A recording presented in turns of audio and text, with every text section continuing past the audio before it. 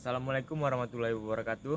Perkenalkan, nama saya Dika Rizky Kurniawan, NIM 20030401 dari kelas reguler B, Manajemen 2. Pada kesempatan kali ini saya akan menjelaskan sedikit materi dari pertemuan ketiga sampai dengan pertemuan ketujuh. Yang pertama, perilaku kelompok dalam organisasi. Pengertian organisasi. Organisasi adalah suatu kelompok manusia yang dapat dikenal, yang menyumbangkan usahanya terhadap tercapai suatu tujuan.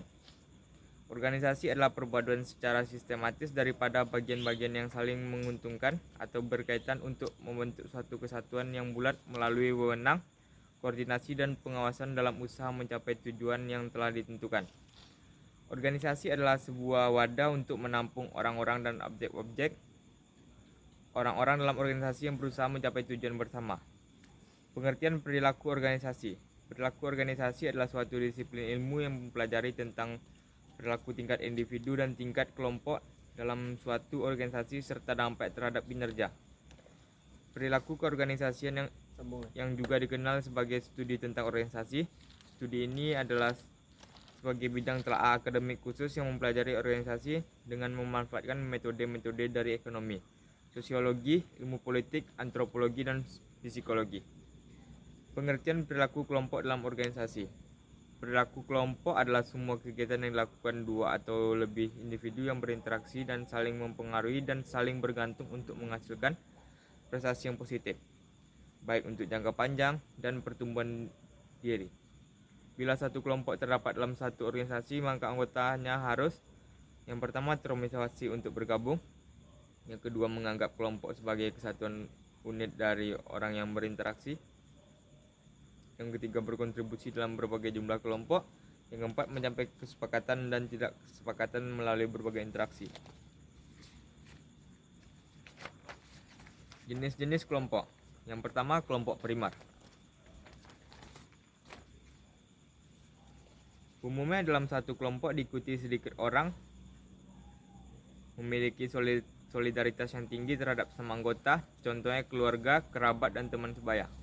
Kelompok sekunder umumnya memiliki jumlah keanggotaan yang banyak, komunikasi yang dibangun bersifat sementara dan impersonal, contohnya organisasi, sekolah, dan kelompok belajar. Jenis-jenis kelompok, yaitu kelompok formal dan kelompok informal.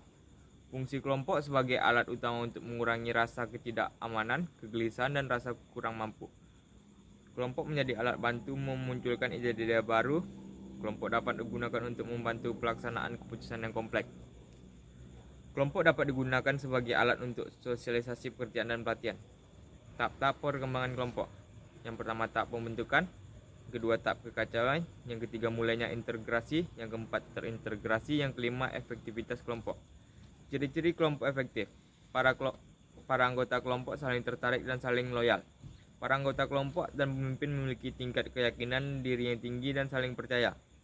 Nilai dan tujuan kelompok terintegrasi dengan nilai dan kebutuhan anggotanya. Standar kinerja.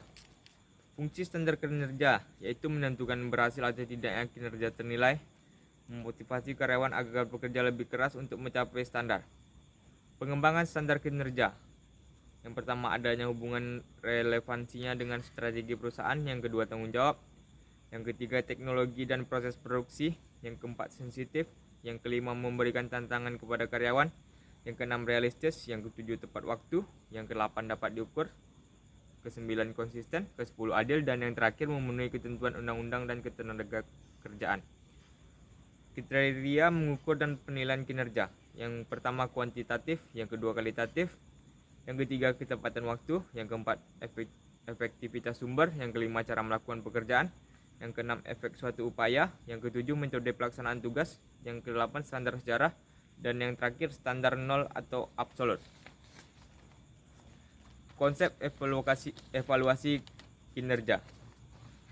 Menurut Fisher, Codenfeld, dan Shaw bahwa evaluasi kinerja merupakan suatu proses di mana kontribusi karyawan terhadap organisasi dinilai dalam suatu periode tertentu. Menurut Hadari Nawawi, penilaian kinerja sebagai kegiatan manajemen sumber daya manusia, segala proses pengamatan atau observasi terhadap pelaksanaan pekerjaan oleh seorang pekerja. Menurut Payaman Simanjuntak yang menyatakan evaluasi kinerja adalah penilaian pelaksanaan tugas atau performance seseorang atau kelompok orang atau unit kerja organisasi atau perusahaan. Dapat disimpulkan bahwa evaluasi kinerja adalah penilaian yang dilakukan secara sistematis untuk mengetahui hasil pekerjaan karyawan atau kinerja organisasi. Aspek penilaian evaluasi kinerja. Yang pertama, kemampuan teknis, yang kedua, kemampuan konseptual, yang ketiga, kemampuan hubungan interpersonal. Evaluasi kinerja memiliki tujuan.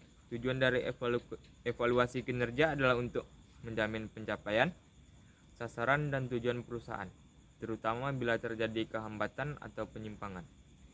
Bila terjadi, harus segera dicari penyebabnya dan diupayakan mengatasinya dan dilakukan percepatan. Yang pertama, mengidentifikasi kemampuan dan kekuatan karyawan. Yang kedua, mengidentifikasi potensi perkembangan karyawan. Yang ketiga, untuk memberikan informasi bagi perkembangan karyawan. Keempat, untuk membuat organisasi lebih produktif. Kelima, untuk memproteksi organisasi dari tuntutan hukum perburuan. Yang keenam, untuk memberikan data bagi kompensasi karyawan yang sesuai. Manfaat evaluasi kinerja. Sebagai dasar pengambilan keputusan yang digunakan untuk prestasi, pemberhentian, dan besarnya balas jasa. Untuk mengukur sejauh mana seseorang karyawan dapat menyelesaikan pekerjaannya, sebagai dasar mengevaluasi efektivitas seluruh kegiatan dalam perusahaan. Sebagai indikator untuk menentukan kebutuhan akan latihan bagi karyawan yang ada dalam organisasi. Sebagai kriteria menentukan seleksi dan penempatan karyawan. Metode evaluasi kinerja. Yang pertama, skala peringkat, yang kedua, insiden kritis, yang ketiga, esai, keempat, standar kerja, kelima, peringkat, dan yang terakhir, distribusi yang dipaksakan. Metode penilaian prestasi kerja pada dasarnya dibagi menjadi 3, yaitu penilaian secara kebetulan, tidak sistematis, dan sering membahayakan. Yang kedua, metode tradisional yang sistematis yang mengukur karakteristik individu. Yang ketiga, penilaian berdasarkan pada tujuan yang ditetapkan bersama dengan menggunakan manajemen. Instrumen evaluasi kinerja. Pengertian instrumen evaluasi kinerja. Evaluasi kinerja sebenarnya analog atau setidaknya merupakan bagian dari ilmu penelitian atau riset. Evaluasi sebagai riset adalah kegiatan untuk mengumpulkan, menganalisis, dan menyajikan informasi yang bermanfaat mengenai objek yang dievaluasi. Instrumen evaluasi kinerja memuat satu, data tentang penilaian.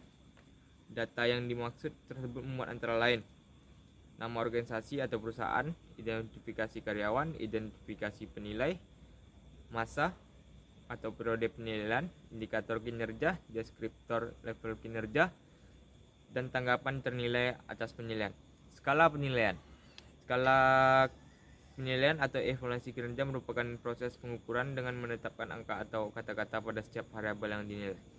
Angka atau kata-kata itu termuat di dalam skala penilaian. Masing-masing skala yaitu skala nominal, skala ordinal, interval, dan rasio. Model evaluasi kinerja. Setiap organisasi atau perusahaan mempunyai karakteristik yang berbeda dengan organisasi atau bisnis yang lain. Hal ini dimungkinkan karena tujuan, jenis kegiatan, dan strategi digunakan juga memang berbeda antara satu dengan yang lain. Manfaat evaluasi kinerja. Dasar pengambilan keputusan terkait, mengukur sejauh mana seorang karyawan dapat menyelesaikan pekerjaannya, dasar mengevaluasi efektivitas kegiatan dalam sebuah perusahaan, sebagai dasar untuk mengevaluasi program pelatihan dan efektivitas jadwal kerja dan sebagainya. Dan yang terakhir, pelatihan yang sesuai. Materi yang terakhir yaitu proses evaluasi kinerja. Evaluasi kinerja adalah suatu metode atau proses evaluasi dan pelaksanaan tugas seseorang atau sekelompok orang atau unit kerja dalam suatu perusahaan sesuai dengan standar kinerja atau tujuan yang ditetapkan lebih dahulu. Evaluasi kinerja memiliki tujuan, yaitu meningkatkan saling pengertian antara karyawan tentang persyaratan kinerja, mencatat dan mengakui hasil kerja seorang karyawan, memberikan peluang kepada karyawan, mendefinisikan atau merumuskan kembali sasaran masa, memeriksa rencana pelaksanaan. Hal-hal dalam memberikan proses evaluasi kinerja. 1. Memberikan umpan balik yang bersifat formal. 2. Dokumentasi untuk arsip. 3. Suatu kesempatan untuk mengidentifikasi. 4. Informasi tentang bagaimana pegawai dapat berkembang lebih jauh.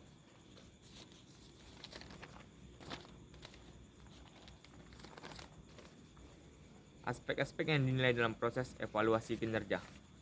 Yang pertama, kemampuan teknis. Yang kedua, kemampuan konseptual. Ketiga, kemampuan hubungan interpersonal. Metode yang digunakan dalam proses evaluasi kinerja yaitu rating scale, critical incident, SI, work standard, ranking atau peringkat. Tahapan dalam proses evaluasi kinerja yaitu menganalisis pekerjaan, menentukan standar kinerja, diskusikan dengan atasan langsung, dan menentukan sistem penilaian kinerja. Tujuan wawancara evaluasi kinerja, memberikan balikan dan penjelasan atas nilai kinerja ternilai, memberikan kesempatan kepada ternilai, mengubah kinerja dan perilaku, dan yang terakhir memberikan penghargaan. Sekian penjelasan dari saya. Apabila ada kekurangan, mohon dimaafkan. Wabillahi taufiq wal hidayah. Wassalamualaikum warahmatullahi wabarakatuh.